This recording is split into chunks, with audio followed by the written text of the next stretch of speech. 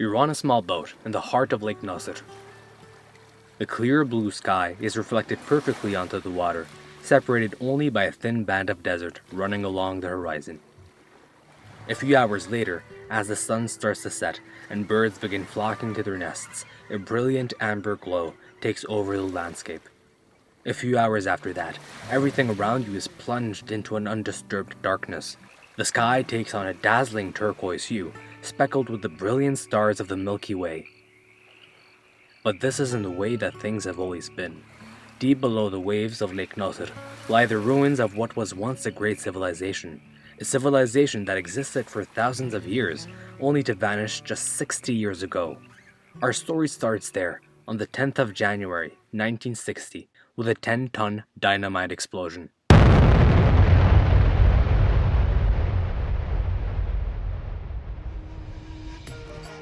Welcome to Pharaohcast, hosted by Shenouda. My name is Salwa, and I am a tour guide in Egyptian history.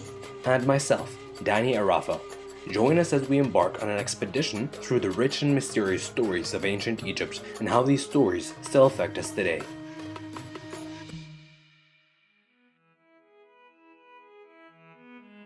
Nubia, the lost land in the heart of Africa, used to be a great land that was located between south of Egypt, north of Sudan. That land today is completely gone. It's gone. There is no more Nubia. On the map, Nubia disappeared. So who are the Nubians?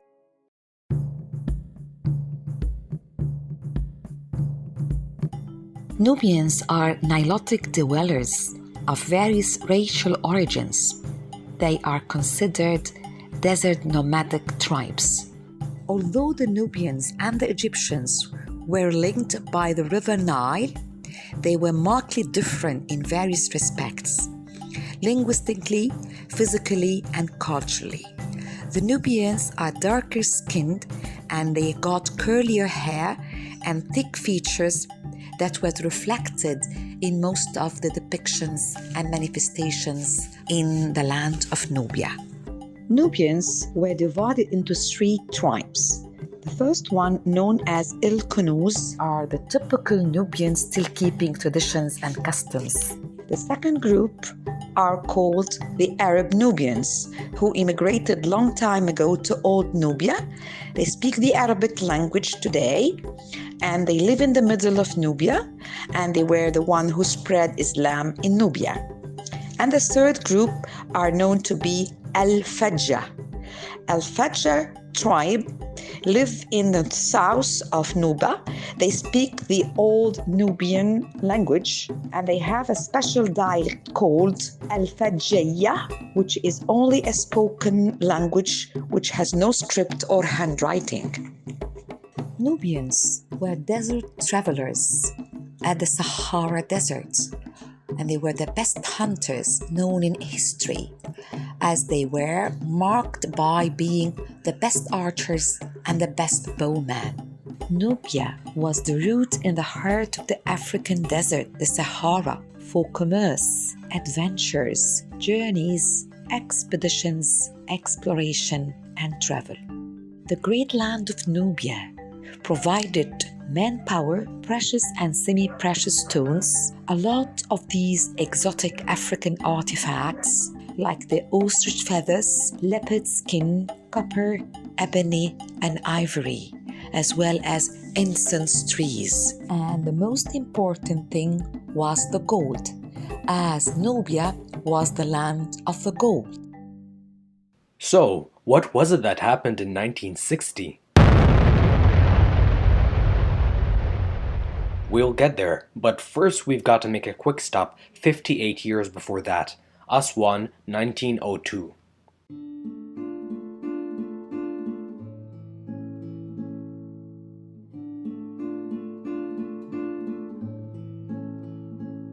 Aswan city is the border province of Egypt, and in 1902, the Egyptian government decided to construct a dam, which is called today the Aswan Dam. And later, the Egyptian government in 1912 and 1933 added to the height of the wall of the Aswan Dam to become 42 meters high, constructed of blocks of granite.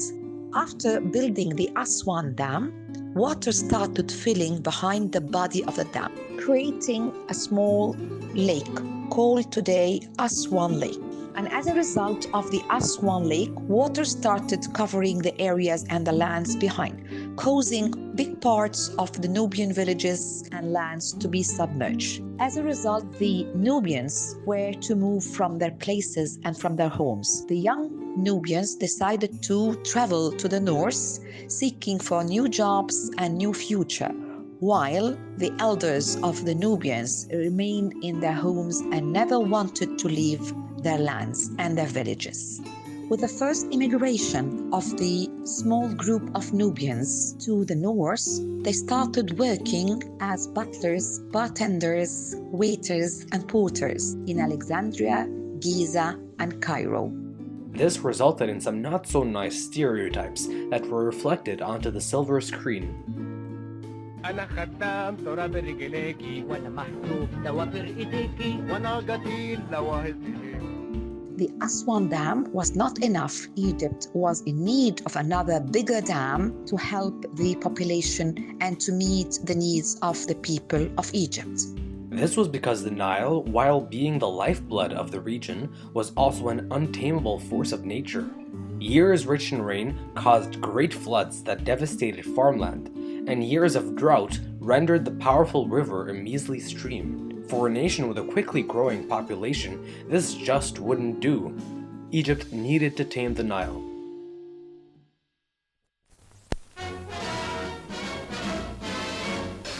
At Aswan, Egypt, on the Nile River, special ceremonies mark the start of work on the Aswan High Dam, whose construction has been delayed by lack of funds and international complications.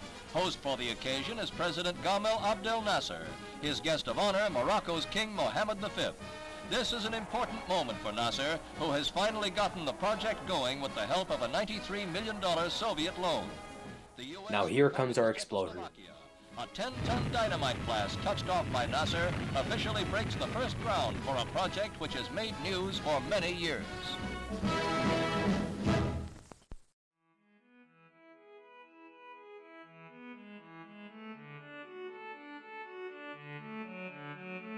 The Aswan Dam was by all means a great technological marvel, stretching 4 kilometers across with a base 1 kilometer thick. The dam allowed us to regulate the Nile's yearly flooding and generate enormous amounts of electricity.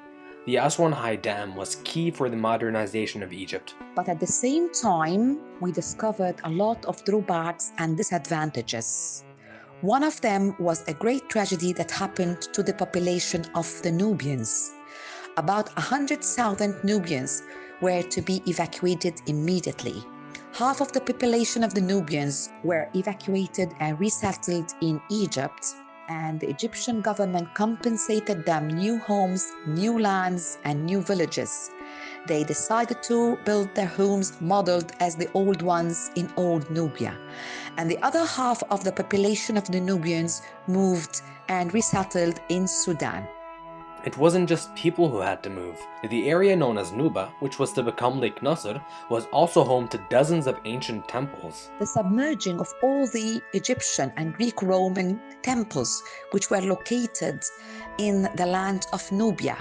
All these temples were threatened to collapse and to be lost in the water of Lake Nasser. So it was a cry out by the world, and especially the UNESCO, who started doing a great salvage project to restore and to save these temples. These 1,000-year-old temples were meticulously disassembled block by block.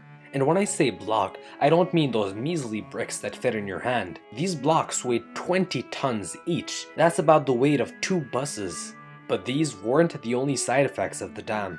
We cannot forget the missing silt, the missing fertile mud, which used to come all the time with the annual floods every year for 4 months, from the middle of June till the middle of October. Creating deposits of these silts helped to fertilize the lands of Egypt. And that's why today Egypt is basically depending on artificial fertilizers, which is creating a terrible pollution to the lands of Egypt. This also prevented nutrients from reaching the Mediterranean Sea, where the Nile ends. As a result, sardine populations plummeted. The Aswan Dam was a necessary project that transformed the lives of 30 million Egyptians and today benefits 100 million Egyptians. The dam was a great $1 billion triumph of leadership and engineering. We tamed the river, generated a life-changing amount of clean electricity, and successfully relocated thousand-year-old temples. But the High Dam is as much a story of sacrifice as it is a story of success. It would not have been possible had 90,000 Nubian men, women, and children not left their lives behind to relocate to a new place to live. It's a sacrifice that should not be forgotten to time. I've only gotten to visit Lake Nasser once when I was 8 or 9 years old. Salwa, on the other hand, has sailed through it countless times, retelling the stories that you've heard her share today. Salwa tells me that the Nubian people are still very much keeping the memory alive. Lake Nasser is never called Lake Nasser by the Nubians. They only use that term, the Nubian Sea, under where the homes, the lands, the villages are submerged.